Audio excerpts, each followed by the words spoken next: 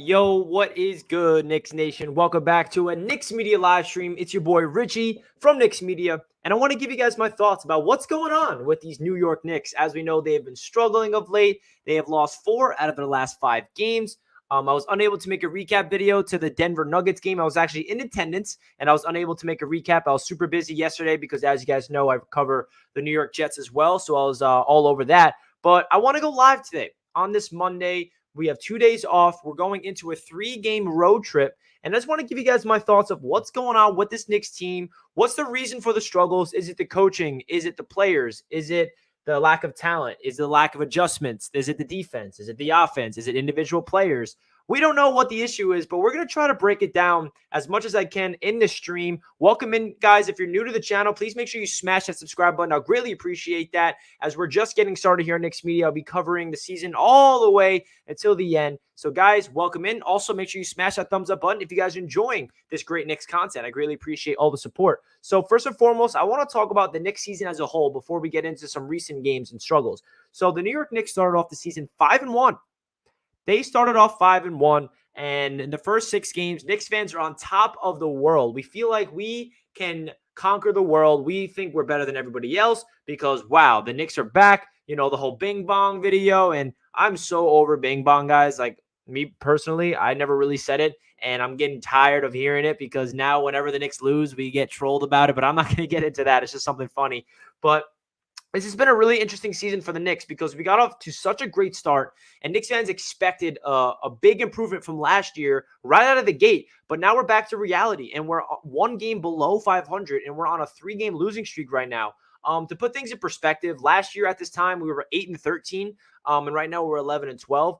So we did start off the season a little sluggish last year as well, but this season looks a little bit different. And the main thing I want to talk about and what the reason for the Knicks struggles, in my opinion, is the lack of chemistry. And in Thibodeau's words, the lack of togetherness. How many times have you guys watch a Tom Thibodeau interview and he talks about and he uses the word togetherness? And basically what that means is they're playing for one another on the offensive end and the defensive end. They're tied in on a string. They're not doing any of the isolations all the time. They're not dribbling the ball out. And on defense, they're communicating, they're rotating, they're switching. They are just on a string. And as of right now, you don't really see that from this Knicks team. Last year, you saw a Knicks team that got hot late. And what really brought us to the 4th seed is we basically outworked our opponents. We looked like the team that had a little more sense of urgency. We looked like we want to win more than any other team we faced up against. We played with more physicality. We basically outworked our opponent. We kind of like grinded out games. And this year, that's not been the case. As we know, in the offseason, we brought in 2 new players in Evan Fournier and Kemba Walker. And Kemba Walker's not even in the rotation. And that's another thing I want to bring up in this video. Tom Thibodeau mentioned today, actually, that they're considering some even more rotation changes going into this road trip. So does that mean Kemba Walker will be back? Does that mean somebody else is going to start instead of Alec Burks? Does that mean Quentin Grimes will get more minutes? I don't know what the change will be, but Tom Thibodeau is trying to fix this thing from the ground up, and I do respect that. I know some people are on top of Tom Thibodeau, and they maybe think he's regressing as a coach, and he's not the guy, and we should fire him. I'm not going to write off Tom Thibodeau this early. I think that's way too reactive, in my opinion. I mean, this guy's coming off a Coach of the Year performance in his first season as a Knicks head coach. He turned this program around in 1 year, and I feel like Tom Thibodeau is trying to really understand the core reasons for the Knicks struggles, and he's trying a lot of different things. And some people call Tom Thibodeau stubborn, but you can't really call him stubborn in my opinion because he's trying to switch things around. You saw the Kemba Walker experiment was not working. He pulls him out of the rotation. And now he talks about, we lose 3 straight games. And he tells the media today they're considering even more changes. If Tom Thibodeau was a stubborn coach, like some of you guys say, he would not consider any of these changes. He would stick to what he has from the beginning, and he would not try to adapt and evolve on the fly. And that's exactly what Tom Thibodeau has been doing, and which is why he won Coach of the Year last year, because Tom Thibodeau evolved as a head coach. Because if you look at what he did in Chicago, he was that old school head coach. And when we first hired him, some people were worried. Tom Thibodeau does not really fit today's NBA. How is he going to, coach in this league at this level in today's game? But he evolved. He's making them, shoot threes, and you saw it last year. So I think Tom Thibodeau is just trying to work it out. In my opinion, I don't think I'm not panicking at all. I'm not hitting the panic button. I don't think the season's over. I think that this is still a long way. The season is so much to be played. And I feel like this Knicks team is going to get chemistry as the season goes on. I think that's the biggest issue, guys. I really genuinely believe that the issue right now is they're just trying to get chemistry with each other. Evan Fournier is trying to connect with all the teammates. Alec Burks running the one. It just feels like this Knicks team lacks togetherness and chemistry, and that's definitely something to be concerned about. I'm not saying it's not anything to be, we should talk about, which is why I'm live right now, because I'm voicing the Knicks struggles, and I want to hear what you guys have to say as well in the comments, or you're watching it live in the chat. What's good, everybody? I see you guys tuning in the chat. What's up, Joseph, Devin? Make sure you guys smash that thumbs up on your way in. I greatly appreciate all the support as always. But the one thing that I definitely want to bring up is some individual players like Julius Randle. Julius Randle is really interesting because, last year he had that phenomenal breakout season with the Knicks, all-pro NBA, second team, all-star, most improved player of the year, and we gave him that contract, and he took less money to stay with the Knicks long-term, and the New York Knicks front office believes in Julius Randle to be the guy this year, and not even this year, but for the future. And I see some Knicks fans writing off Julius. They want to trade him. They want him gone. He's not the future. Hand the keys to Obi. And I'm not in that that mindset just yet. I really am not.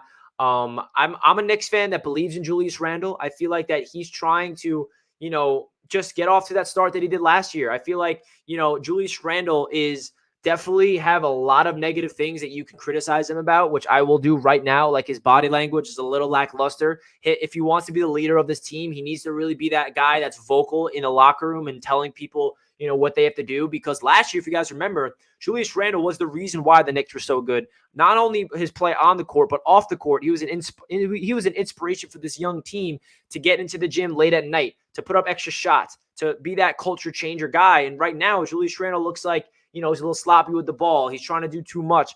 He's turning the ball over a lot, and his lack of energy. I think that's the only thing that I can really criticize Julius Randle the most is his lack of energy and his sense of urgency. There's some viral videos on Twitter where you see Julius Randle go back and forth, and he's just, lazy. It just looks like he doesn't have energy, and that's definitely something that needs to be fixed because we're a team that is all about energy. And when we play fast and we go up and down the court and we get stops and we get defensive stops that creates easy buckets, that's the formula to the Knicks' success under head coach Tom Thibodeau.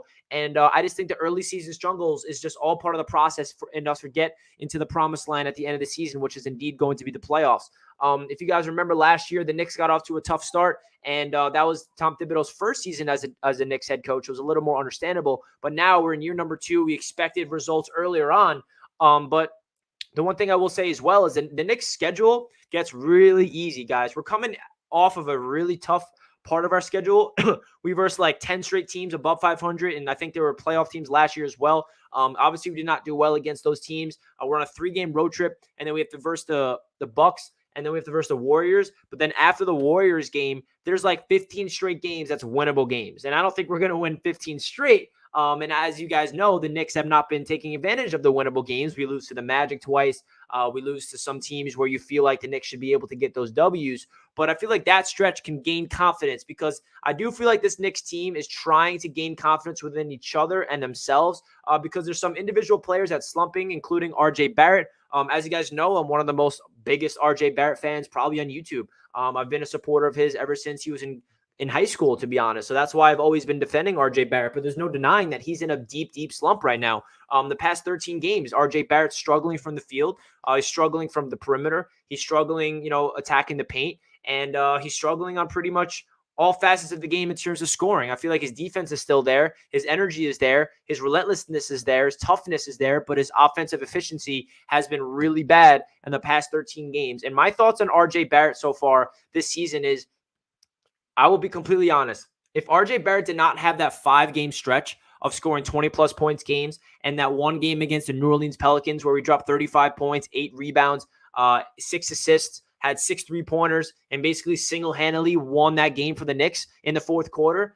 If that did not happen, and if RJ was struggling like he is now throughout the entire year, I'd be panicking. 100%. I'd be worried that RJ Barrett's regressing and he needs to really get back on track. But that little small sample size, for me personally, you guys can disagree, it's okay.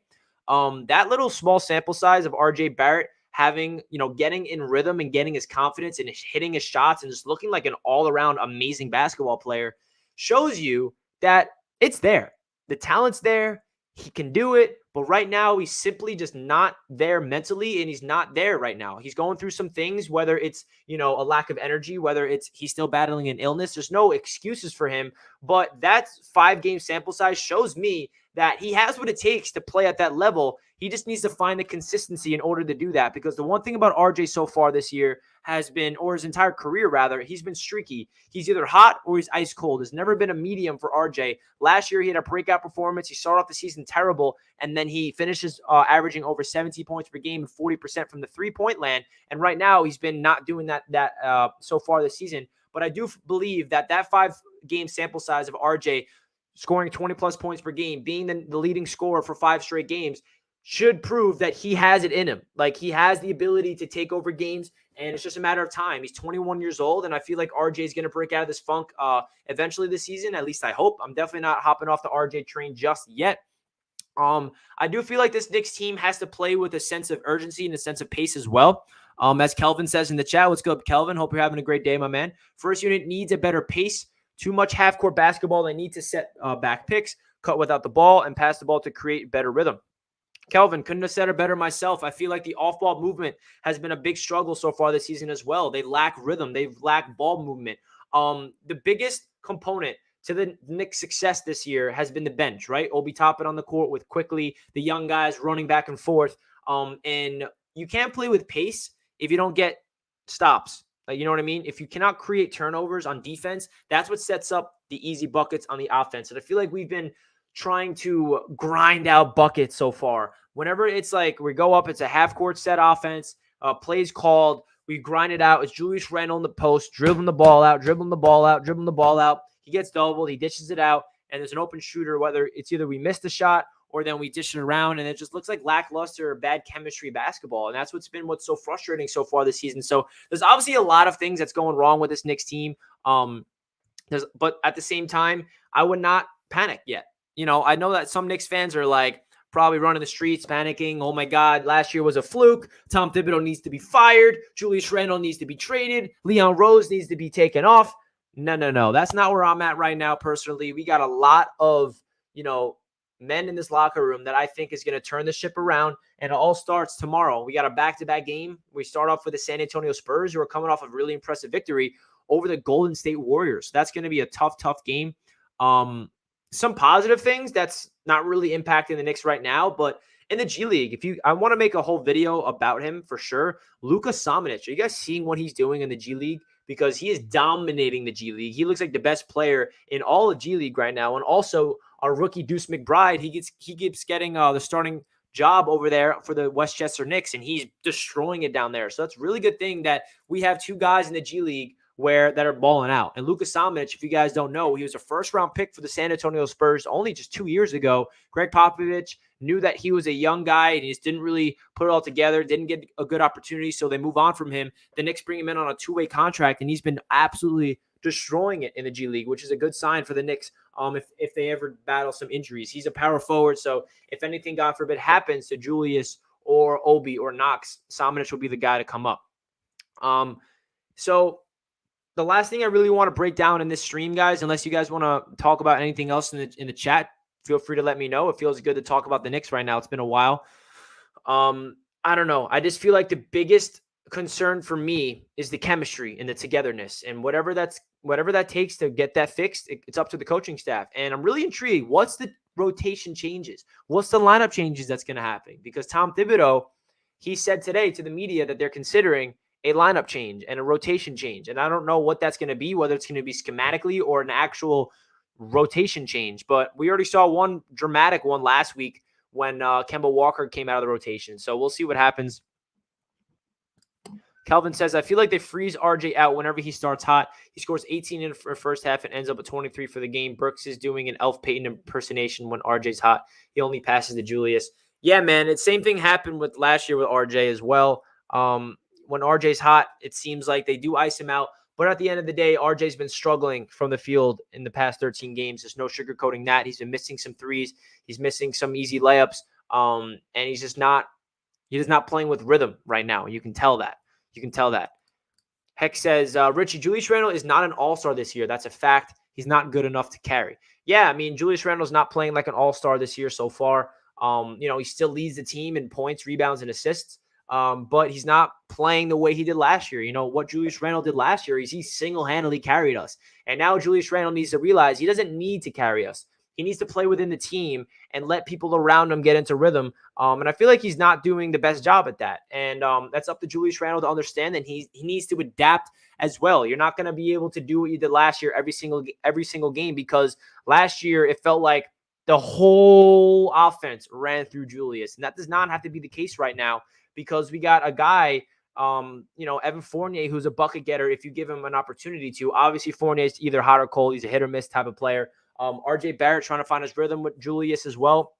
And now we have Alec Burks as the starting point guard. It feels like Julius needs to realize you got to play within the system, and the offense does not have to be ran through you at all times.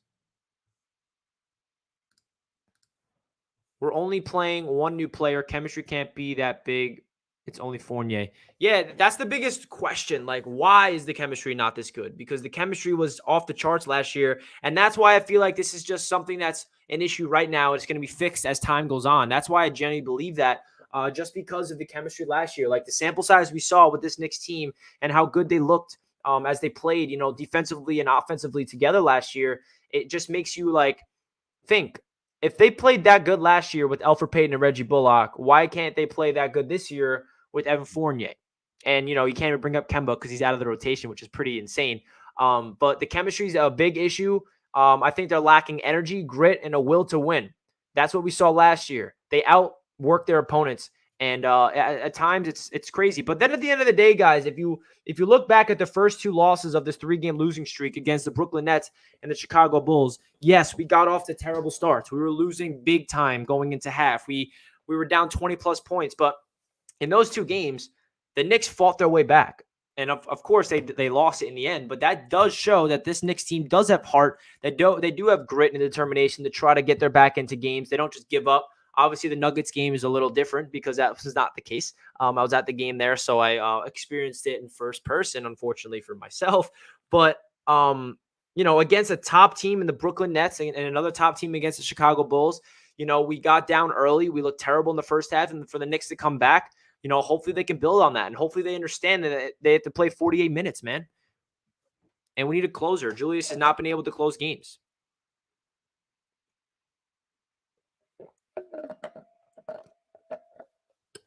Is that true, Fabled Apple? I don't need any Jets fake news right now. Hold on one second. I just need to check a Jets update, because if that's true, oh my God, he is out for the season. Wow. That's some terrible news. Wow. Bad news for the Jets. Yikes. So guys, I wanted to go live for the Knicks. I wanted to give you guys my thoughts about what's been going wrong with this Knicks team so far this year. They're 11-12. I do not think this is a cause of concern and hit the panic button and say the season's over by any means. I think that the Knicks just have to string a couple wins together, and it all starts tomorrow. I'm curious to see what happens with the Tom Thibodeau rotation change. I don't know what it's going to be, but it's going to be really interesting to see how this road trip happens. We got 3 games. Who we verse? I think we got San Antonio, Indianapolis, and then Toronto. So if we go in 2 of these next 3 games on the road, and then we go back home, we have to verse the Milwaukee Bucks and the Warriors back-to-back at home. That's going to be 2 tough games. and then we go on the road and we have some the schedule gets really easy. So I feel like if we can win two of these next 3 games on the road and we end the season, well, not the season, we end, this 3-game losing streak tomorrow, because the Spurs are not an easy team at all. They just beat the damn Warriors, for God's sake. So it's going to be crazy, bro. It's going to be crazy. King Ribby, cool, sure. I appreciate that. It's actually my best friend has a business, a clothing company called Corrupted Closet. It's a Carhartt long sleeve tee, and he bleached it. So it's custom made, one of a kind clothing. If you're interested to check him out, his Instagram is Corrupted Closet, corrupted with a K. If you're just interested in the shirt, just so you know. RJ needs to be more consistent, and Quick is playing great in my eyes. Yeah, I agree, man. RJ needs to be more consistent. He's a guy that's been having an up and down season for sure, more down than up. And Emmanuel Quickly, he is a really big positive so far this season for the Knicks. He's streaky, but when he's hot, he can just change a game within like 30 seconds. We saw that over and over again. I really feel like Emmanuel Quickly is developing into a true star for the New York Knicks, and I'm excited for him to continuously get minutes. And also, Obi Toppin needs more minutes. I mean, that's something that I can make an entire video on. But, man. So, guys, I'm going to end the stream now. I got another stream coming up in an hour on my Jets channel. I just want to go live, talk about the Knicks with you guys. Give you guys my thoughts about what's going on. Obviously, it's a tough time right now. The Knicks are 11-12, but do not panic just yet. It's not the end of the world. I genuinely believe the Knicks will be better for the next couple of weeks, and you'll see my reaction to all this and see if I'm right or wrong. So please, guys, if you're not already, smash that like button on the stream. Comment down below after the stream is over your thoughts about the Knicks struggles and what you want to see change, and subscribe to the channel, of course, if you're new. I appreciate all the support, guys. Shout out to everybody that tuned into the live stream, and Kareem, King Ribby, Boost Mobile, Kelvin, of course, Fabled Apple, great member on the channel, Random Dude. Appreciate you guys. Appreciate you all tuning in, and I'll catch you guys in my next video. Peace out, everybody, and let's